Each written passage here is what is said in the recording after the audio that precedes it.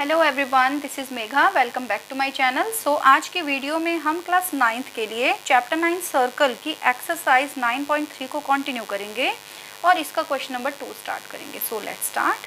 Question number 2, which is a chord of a circle is equal to the radius of the circle. किसी भी circle में cord की length और जो radius है वो दोनों की दोनों इक्वल हैं। Find the angle subtended by the chord at a point on the minor arc and also at the point on the major arc. It means आपको वो एंगल फाइंड आउट करना है जो कि ये कॉर्ड बनाएगी कहाँ पे। एक तो आप जो माइनर आर्क, देखिए आर्क मतलब आपने सर्कल की बाउंड्री में से एक पीस कट किया है, तो एक पीस आपका बड़ा होगा जिसे आप मेजर आर्क बोलेंगे और एक पीस छोटा होगा जिसे आप माइनर आर्क बोलेंगे।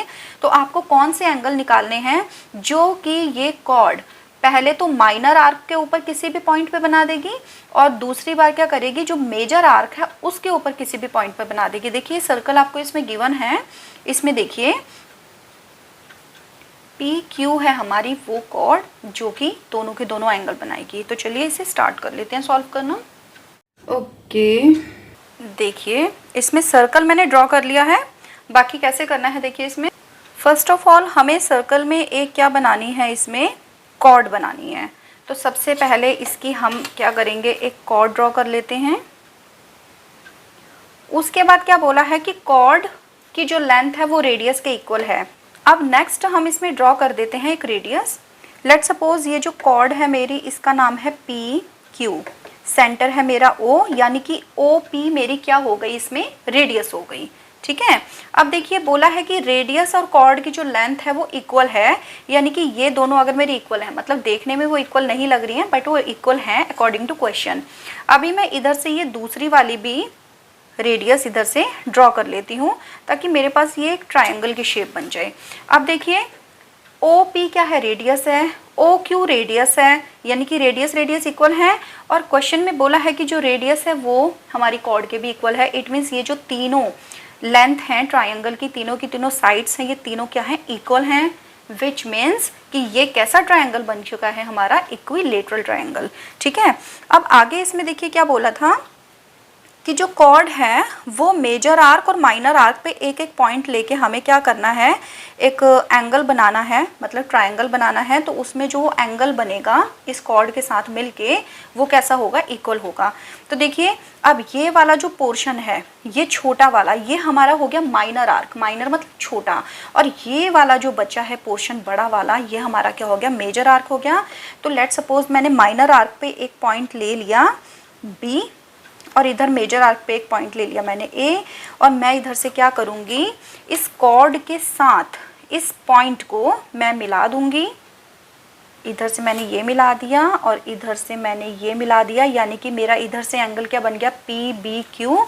और इधर से हम इसी कॉर्ड को जो हमने पॉइंट लिया है मेजर आर्क पे, उसके साथ भी हम क्या करेंगे, इसे मिला देंगे ताकि हमारा इधर से भी एक ट्रायंगल बन जाए और उसमें हम क्या करें, जो एंगल हमें शो करना है उसे हम शो कर लेंगे। ठीक है, अब हमें क्या शो करना है फाइनली कि ये जो एंगल्स बने हैं PBQ और PAQ, इन दोनों की हमें मेजरमेंट निकालनी है। ठीक है, ओके चलिए अब इसका हम रिटन पोर्शन स्टार्ट करते हैं। तो सबसे पहले जो जो चीज़ें हैं उन्हें हम इसमें क्या करेंगे, रिटन फॉर्म में लिख देंगे।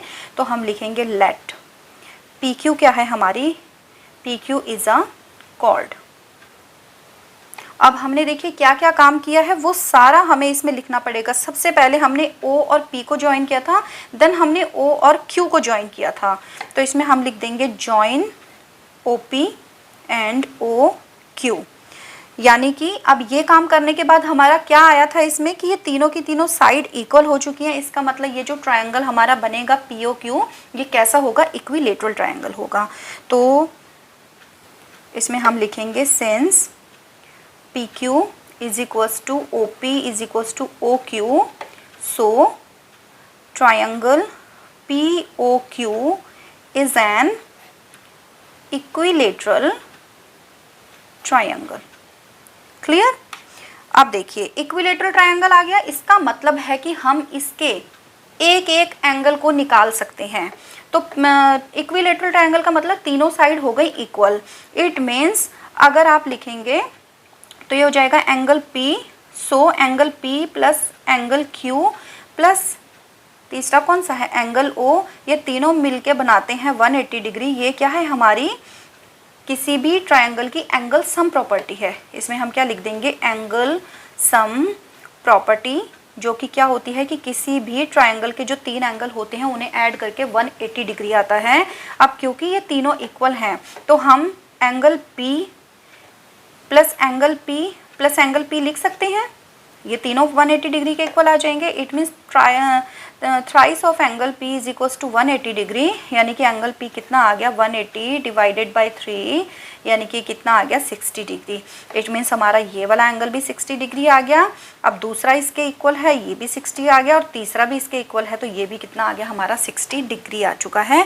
ये सारा अगर आप सॉल्व नहीं करना चाहते हैं तो आप नहीं भी करें, कोई प्रॉब्लम नहीं है। जहाँ आपने ये लाइन लिख दी कि ये इक्विलेटरल ट्रायंगल है तो इसी से सेल्फ अंडरस्टूड है कि इसके जो तीनों एंगल हैं वो कितने कितने के होंगे, 60 डिग्री के होंगे। आप इसे डायरेक्टली भी लिख सकते हैं, ठीक है।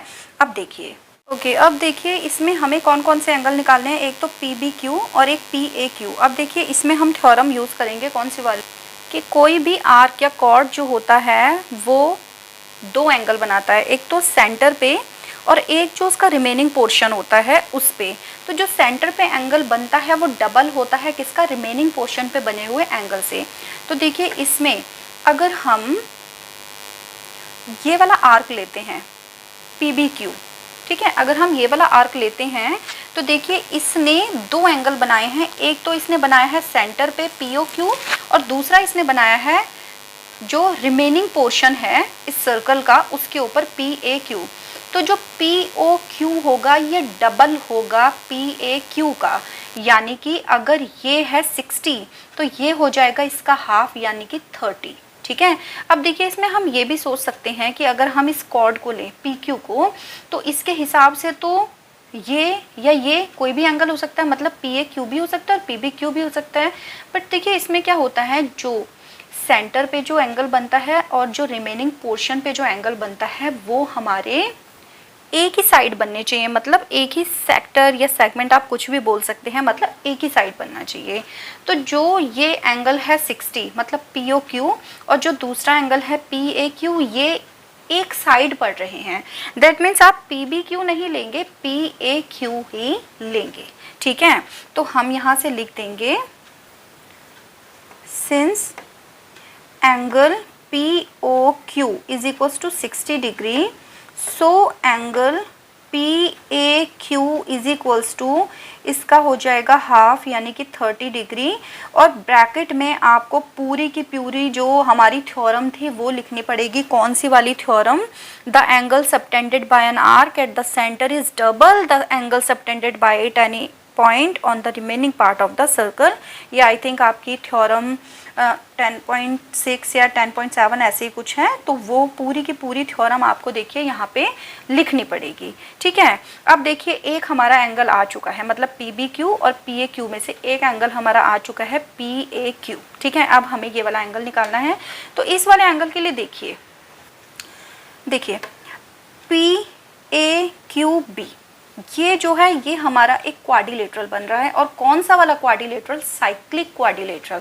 साइक्लिक क्वाड्रिलेटरल कौन से होते हैं, वो क्वाड्रिलेटरल्स होते हैं जिनका हर एक जो पॉइंट है वो सर्कल की बाउंड्री के ऊपर आता है। तो देखिए P भी सर्कल की बाउंड्री पे है, A भी बाउंड्री पे, Q भी बाउंड्री पे और B भी बाउंड्री पे। इट मीन्स जो आपका ये क्वाड्रिलेटरल बन रहा है PAQB ये कैसा है, साइक्लिक क्वाड्रिलेटरल है। अब देखिए इसे मैं यहाँ क्यों ले रही हूँ, मैं अभी आपको समझाती हूँ। देखिए सबसे पहले मैं यहाँ लिख लूँगी since PAQB is a cyclic quadrilateral. Cyclic quadrilateral की एक प्रॉपर्टी होती है कि जो उसके ऑपोजिट एंगल्स होते हैं वो दोनों मिलके 180 डिग्री का एंगल बनाते हैं, मतलब दोनों के दोनों मिलके सप्लीमेंट्री एंगल बनाते हैं। तो हमने लिख दिया since PAQB is a cyclic quadrilateral so its opposite angles are supplementary.